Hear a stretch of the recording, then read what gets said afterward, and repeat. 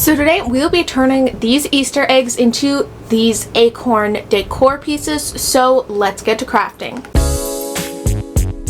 To start, you're going to need some Easter eggs, jute twine, fabric, needle and thread, and glue. Cut large squares out of your fabric.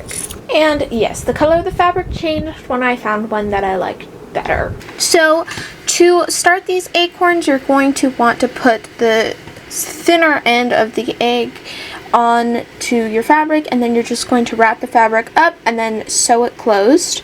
Then trim your fabric and wrap the top half in jute twine. Then repeat this to make more.